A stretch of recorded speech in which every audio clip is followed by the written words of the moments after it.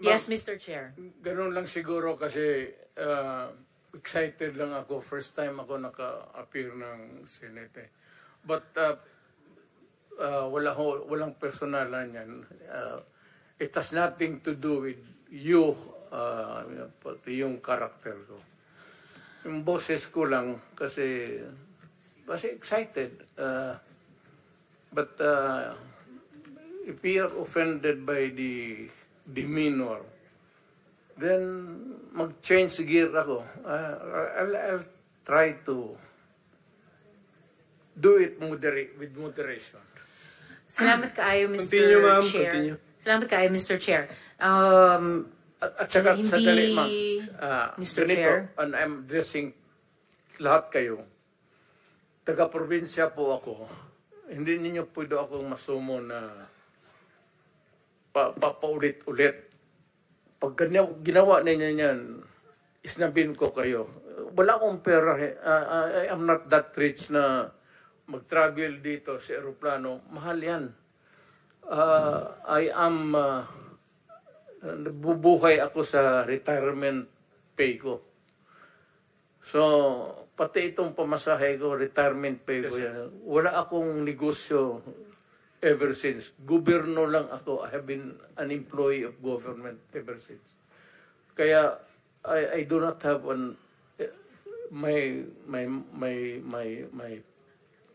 my public life is open to everybody. So, magastos masyado, ma'am. Kaya, kung maari lang, tapusin natin ito hanggang bukas. Huwag na tayong umalis dito. Thank you, Mr. President. Salamat kaayo, Mr. Yes, Chair. Tapusin talaga natin ito. Tapusin natin ito dito ngayon. Huwag tayong umalis dito hanggang umaga. Umabot man tayo hanggang umaga bukas.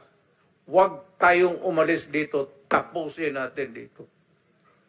Okay, Mr. President, we are prioritizing the questions directed to you. Sige. Senator Ortiveros. Salamat kaayo, Mr. Chair. So, pangalawang tanong ko, tinawagan nyo ba si Senior Superintendent Padilla para i-congratulate siya sa pagpatay sa 3 high-value targets na Chinese nationals na inilagay sa loob ng Davao Penal Colony? Kasi sinabi nyo daw, congrats Superintendent Padilla, job well done. Pero grabe ang ginawang dinuguan. Do you confirm this, Mr. Chair? You call Padilla now because he is lying. I do not know him. And I do not have to congratulate these policemen and soldiers. Trabaho ninyo yan. Why do I have to congratulate you? Magtrabaho kayo dyan. So you do not confirm na tinawagan nyo si Senior Superintendent Padilla? I only congratulate people with itong mga police na graduate with honors kasi nagtuturo ako sa Police Academy. May congratulatory message ako. Pero mag-congratulate ako ng ano.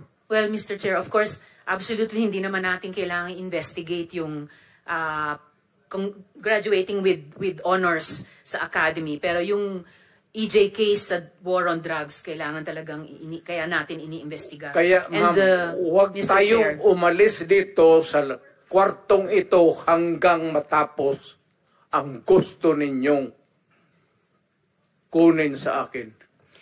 Well, Mr. Chair, so yung huling tanong ko for today, for the record, bakit ano ba? Tinawag Mr. ninyo Chair. ako dito tapos yan lang ang huli ninyong tanong? May mga colleagues pa yata tayo, Mr. Chair, na magtatanong sa dating presidente.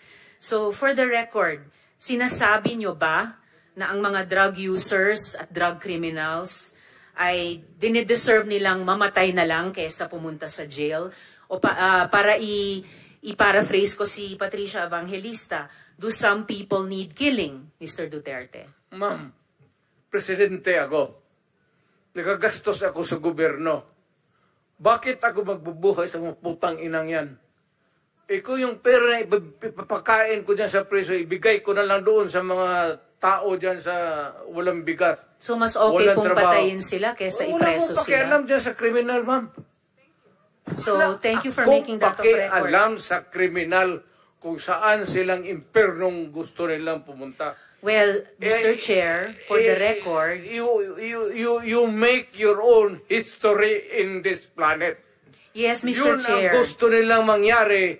Doon sila sa impyerno at doon tayo magkita. Well, Mr. Chair, wala namang jurisdiction ng Senado sa impyerno. Dito lang sa bansa natin pwede tayong mag-investigate. Ba't doon tayo pupunta? Well, wala po akong ambisyon pumuntang impyerno pa.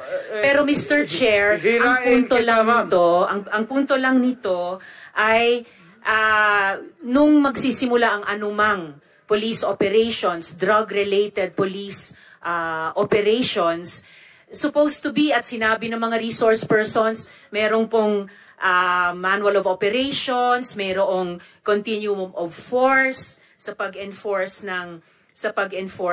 pag-implement ng police anti-drug operation. So, ang premise is, yun na nga, arrest muna at build the case.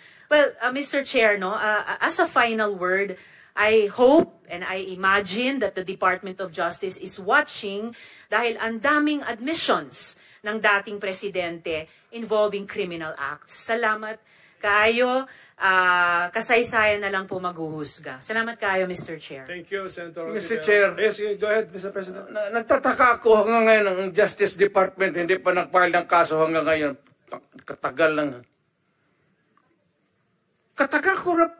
Matagal ako pumapatay ng tao hanggang ngayon hindi pa sila nakapile ng kaso? Mr. Chair, another addition to the list that's growing by the minute.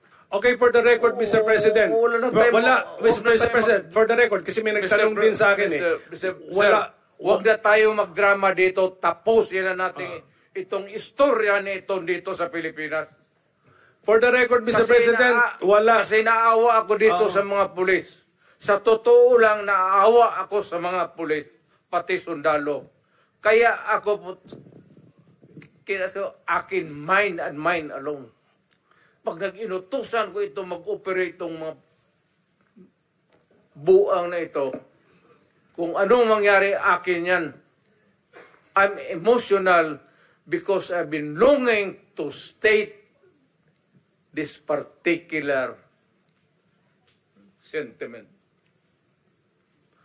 Protektado ko yan sila.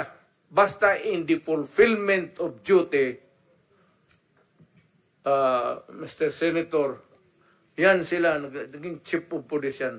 Protektado ko ang police pag nagtrabaho in the fulfillment of duty.